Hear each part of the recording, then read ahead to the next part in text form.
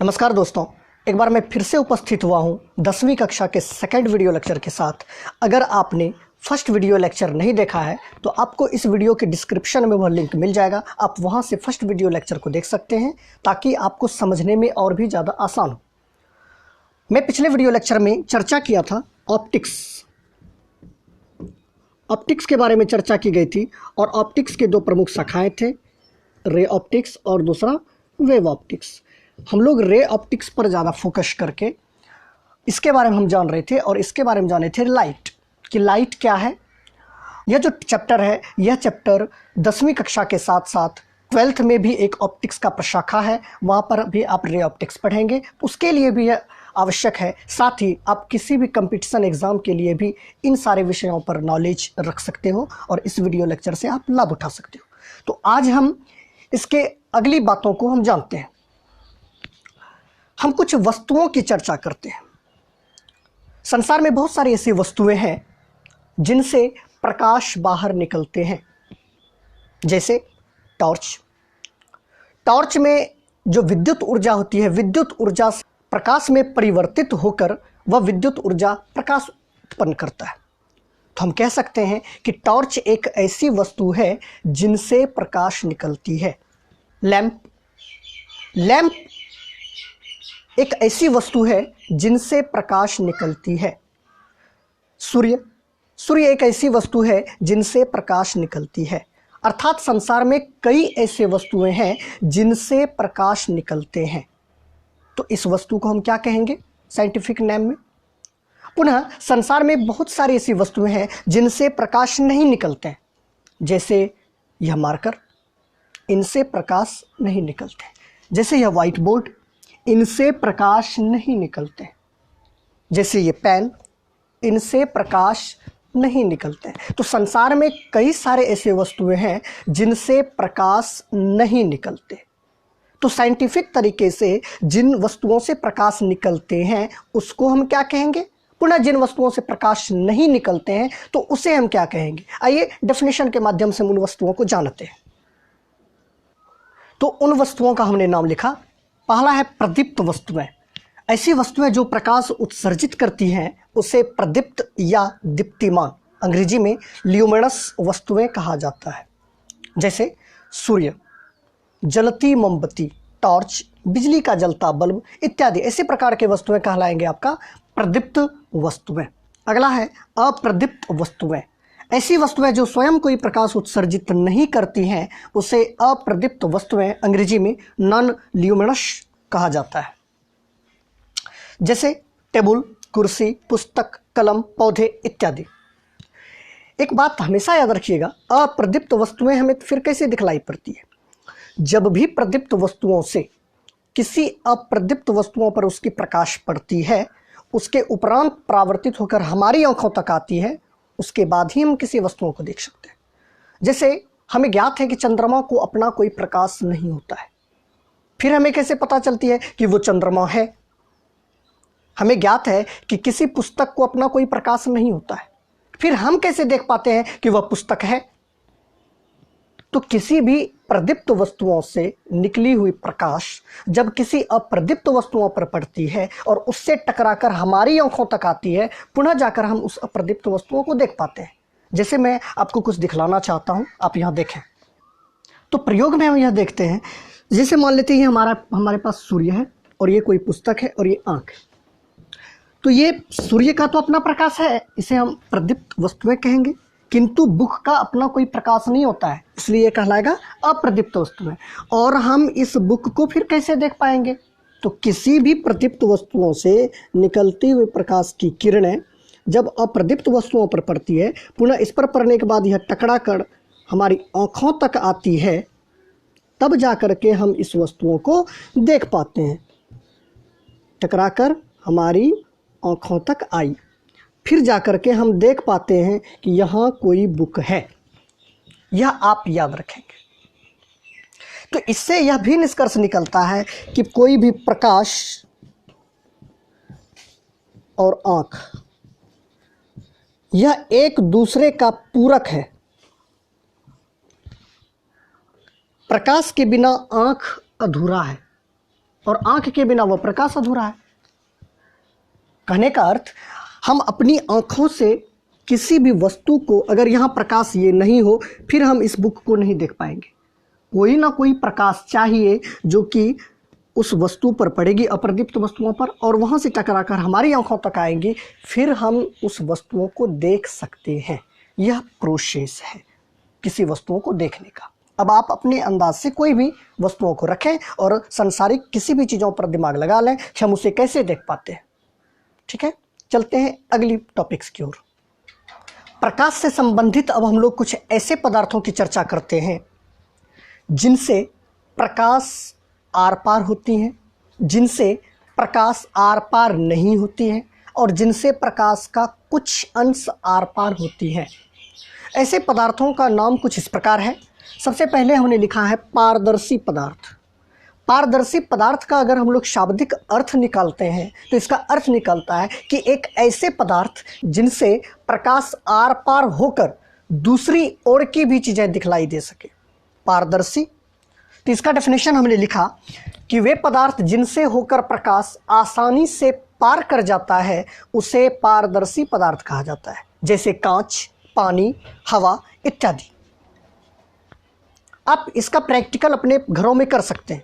आप एक कांच लें और कांच के दूसरी ओर से आप कोई प्रकाश जलाएं, आप क्या देखेंगे, उस प्रकाश का कुछ अंश दूसरी ओर भी आपको दिखलाई पड़ेंगी, अर्थात पार होकर हमें दिखलाई पड़ती है। तो पार होकर दिखना ही तो कहलाता है पारदर्शी। आपके पास एक एग्जाम्पल है, जैसे कि हम लोग कांच से बना हुआ चश्मा पहनते हैं, तो जब भी हमारे आंखों के सामने वह चश्मा आती है, कांच का जो बना होता है, उसके पार हमें लोग दिखलाई पड़ते हैं, उसके पार हमें हर चीज़ दिखलाई पड़ती है। तो कहने का अर्थ, उस कांच से होकर प्रकाश आर पार होती है।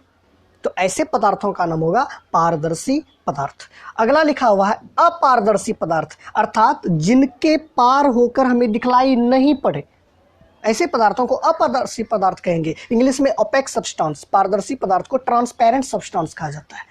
तो अपारदर्शी पदार्थ का डेफिनेशन लिखा कि वे पदार्थ जिनसे होकर प्रकाश आर पार नहीं कर पाता है उसे अपारदर्शी पदार्थ कहा जाता है, जैसे लकड़ी, लोहा, पत्थर, धातु की प्लेट इत्यादि।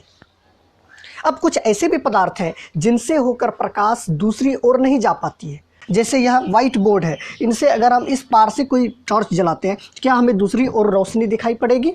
बिल्कुल नहीं दिखलाई पड़ेगी। अर्थात यह व्हाइट बोर्ड क्या कहलाएगा? अपारदर्शी पदार्थ। और अपारदर्शी पदार्थ किसे कहेंगे? जिनसे होकर प्रकाश दूसरी ओर नहीं दिखलाई पड़े, उसे अपारदर्शी पदार्थ कहेंगे। तीसरा पॉइंट है पारभासी। आप इससे निकाल सकते हैं, जिनसे प्रकाश पार होने का आभास उत्पन्न हो, अर्थात महसूस हो कि हाँ प्रकाश पार हो रही है। जैसे इसका डेफिनेशन लिखा, इसका इंग्लिश होता है ट्रांसलूसेंट सब्सटेंस। वे पदार्थ जिनसे होकर प्रकाश का कुछ अंश, मतलब कुछ भाग, थोड़ा सा हिस्सा आर पार हो सके, उसे पारभासी पदार्थ कहा जाता है। जैसे तेल लगा कागज, बैलून का रबड़, रक्त, चर्म इत्यादि। आप अपने घरों में क्या करेंगे? एक कागज को तेल से भिगो देंगे, उसके बाद क्या करेंगे? आप टॉर्च जलाएंगे। कोई भी प्रदीप्त वस्तु है, आप उसमें अगर आप जला के देखेंगे तो आपको दूसरी ओर कुछ अंश, प्रकाश का कुछ हिस्सा आपको दूसरी ओर दिखलाई पड़ेंगे। ऐसे पदार्थ को कहेंगे पारभासी पदार्थ। आप इसे नोट कर लें या स्क्रीनशॉट ले सकते हैं वीडियो पॉज करके। अब हमारे पास इस अध्याय का सबसे जो मुख्य पॉइंट है, जो इस अध्याय का ही नाम है, प्रकाश का परावर्तन, रिफ्लेक्शन ऑफ लाइट। अब हम इसके बारे में जानेंगे कि प्रकाश का परावर्तन क्या है। सबसे पहले हम तो जान रहे हैं प्रकाश क्या होता है। सबसे पहले हम इन शब्दों के बारे में जानते हैं कि यह परावर्तन शब्द का अर्थ क्या होता है। परावर्तन शब्द का अर्थ होता है टकराकर लौट जाना, यह परावर्तन का अर्थ है। अर्थात इससे हम डेफिनेशन निकाल सकते हैं कि यदि कोई भी प्रकाश किसी पदार्थ पर जाएगा और वहां से टकराकर पुनः उसी दिशा में वापस लौट जाएगा, इसे ही तो कहेंगे प्रकाश का परावर्तन। हम शब्दों से इसका डेफिनेशन निकाल सकते हैं। तो आइए हम डेफिनेशन लिख लेते हैं। तो इसका डेफिनेशन हमने लिखा, प्रकाश के किसी वस्तु से टकराकर लौटने की प्रक्रिया को प्रकाश का परावर्तन कहा जाता है। अर्थात प्रकाश जब किसी भी वस्तु से टकराकर पुनः लौट जाती है तो इसी प्रक्रिया को कहा जाएगा प्रकाश का परावर्तन, रिफ्लेक्शन ऑफ लाइट। तो इससे संबंधित बात हम यह भी जानते हैं, समतल दर्पण प्रकाश के परावर्तन का सबसे अच्छा उदाहरण है। समतल दर्पण में क्या होता है, जो जो चिकनी परत उसमें होती है उनसे होकर प्रकाश आसानी से पार हो जाती है, और पार तभी होगी जब उसके दूसरे हिस्से को पेंट कर दिया जाएगा। तो पेंट किससे वहां किया जाता है, एक स्पेशल प्रकार के रजत से। एक शब्द आपने अक्सर सुना होगा, रजतित। रजतित आपने शब्द सुना होगा। तो रजतित शब्द का अर्थ क्या होता है, रजतित शब्द जो है यह रजत शब्द से बना है, और रजत शब्द का अर्थ होता है चांदी, जिसे हम इंग्लिश में सिल्वर कहते हैं। तो रजत शब्द का मतलब हुआ चांदी अर्थात सिल्वर। तो जब भी किसी भी, ये हमारे पास कोई एक कांच है, एक दर्पण है, और जब इसके दूसरी ओर हम चांदी का कोई परत डाल देते हैं कुछ इस प्रकार से, जब इसके दूसरी ओर चांदी का परत लगा दिया जाता है तो इसी प्रक्रिया को कहा जाता है रजतित कर देना, अर्थात रजत इस पर लगा देना। तो यही कहलाता है रजतित कर देना। तो दूसरी ओर इसको चांदी के परत से चांदी का अंश लगा दिया गया, यही प्रक्रिया कहलाती है रजतित किया जाना, अर्थात रजत लगा दिया गया। तो एक और जो यह चिकना सतह हो गया, तो इनसे जब कोई भी प्रकाश, ये जो प्रकाश की कोई किरण है इनकी ओर ऐसे आएगी तो यह यहाँ से पुनः टकराकर उसी दिशा में वापस लौट जाएगी, क्योंकि दूसरी ओर यह इसलिए आर पार नहीं होगी क्योंकि दूसरी ओर रजत किया हुआ है, इसलिए यह पार नहीं हो पाएगी, उस चिकनी सतह से टकराकर पुनः लौट जाएगी। तो इसी प्रक्रिया का नाम है प्रकाश का परावर्तन। आप नोट कर लें। तो आइए अब प्रकाश के परावर्तन के नियम को हम लोग जानते हैं। तो अब हम लोग जानेंगे प्रकाश के परावर्तन के नियम, laws of reflection of light. प्रकाश जब किसी भी सतह से टकराकर वापस लौटती है तो उस क्रम में वह किन किन नियमों का पालन करती है। तो प्रकाश का किसी सतह से टकराकर लौटने के समय वह जिन जिन नियमों का पालन करती है उसी नियम को प्रकाश के परावर्तन का नियम कहा जाता है। आइए हम लोग कुछ प्रयोग करके देखते हैं, उसके बाद हम लोग इसके बारे में जानेंगे। तो जैसे हमारे पास एक समतल दर्पण है, यह हमारा समतल दर्पण, इसके किसी एक ओर हमने चांदी के परत को, पतली परत को हमने लगा दिया, और उस पर क्या किया, अच्छा चांदी के पतली परत को लगा देने के बाद भी उस पर क्या किया जाता है, किसी भी गाढ़े रंग से उसे पेंट कर दिया जाता है। लाल रंग हो या कोई भी गाढ़े रंग से उसे पेंट कर दिया जाता है। वो किस लिए, क्योंकि उस पेंट के माध्यम से वह चांदी की जो पतली परत है वह सुरक्षित रह सके, उस पर किसी प्रकार का खरोंच ना आए, इस कारण से वह पेंट कर दिया जाता है। तो अब समझे, यह रजतित, एक और उसको रजतित कर दिया गया है। तो कोई भी अगर चीज हो, सबसे पहले उसकी कल्पना उसके अपने एक वास्तविक स्वरूप से होती है।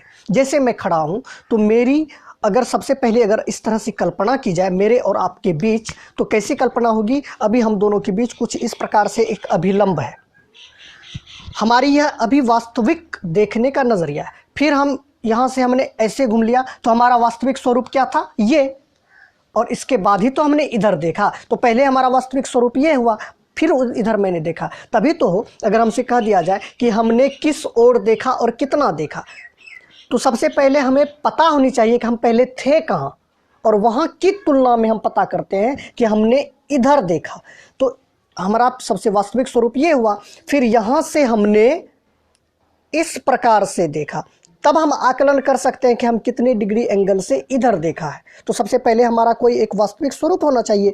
तो उस वास्तविक स्वरूप के लिए हम एक अभिलंब को यहाँ लेंगे, जो बिल्कुल ज़रूरत है। यह है एक वास्तविक स्वरूप, अभिलंब।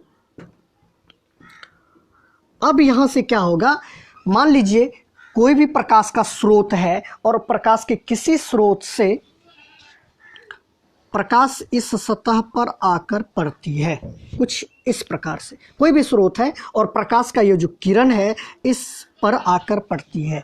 तो क्या देखा गया कि जितने एंगल से, इसका जो अपना एक एंगल है जो थीटा है, जितने एंगल से यह प्रकाश की ये जो किरण इस समतल दर्पण पर आई, उतने ही एंगल से यह पुनः टकराकर वापस भी लौट गई। उतने ही एंगल से यह टकराकर वापस भी लौट गई। समझ में आ रही है? तो यह खुद एक नियम हुआ।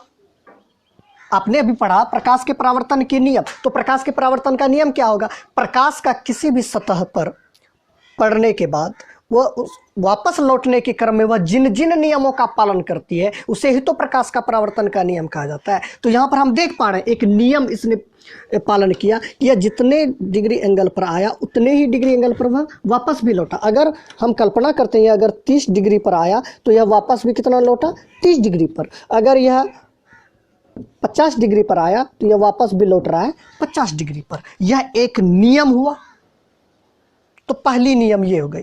तो इस नियम को हम आगे लिखेंगे। अब दूसरी बात क्या है?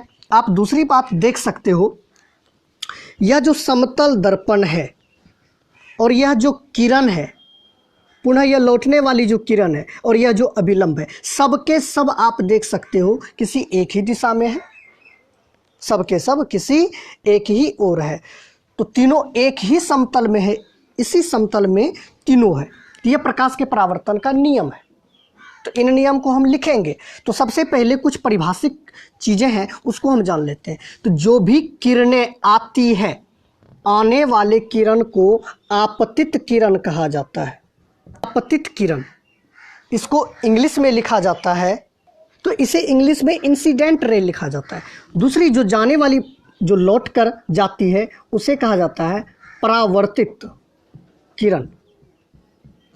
क्योंकि यह रिफ्लेक्ट होता है इसलिए इसको कहेंगे रिफ्लेक्टेड रे। अब यहां पर जो एंगल बन रहा है, इस एंगल का हम लोग नाम लिख सकते हैं।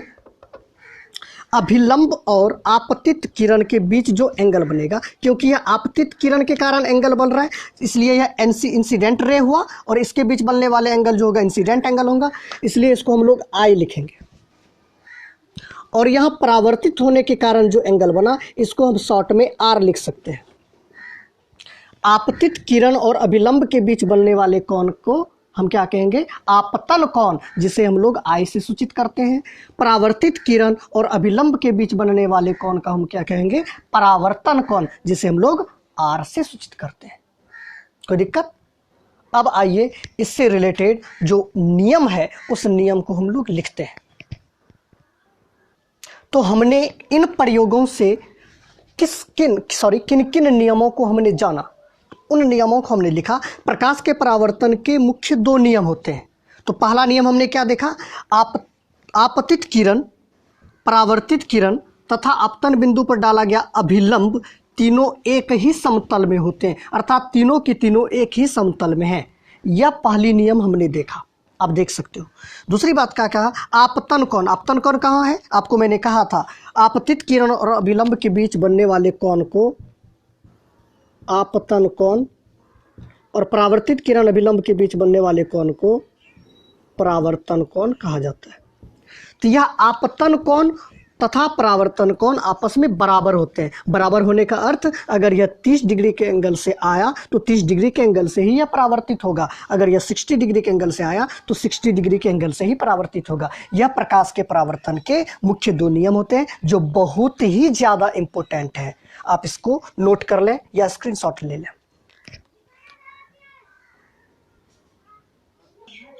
तो दोस्तों, आज के वीडियो लेक्चर को यहीं पर विराम देते हैं और अगले दिन मिलेंगे हम अगले वीडियो लेक्चर के साथ, जो और भी ज़्यादा इंपॉर्टेंट है। आप देखना ना भूलें। अगर आपने अब तक मेरे चैनल को सब्सक्राइब नहीं किया है तो सब्सक्राइब कर लें और बेल आइकन को दबा लें, क्योंकि जब जब मैं नए नए वीडियोज़ को डालूंगा तो सबसे पहले आपको मेरा नोटिफिकेशन पहुँच जाए। बहुत बहुत धन्यवाद।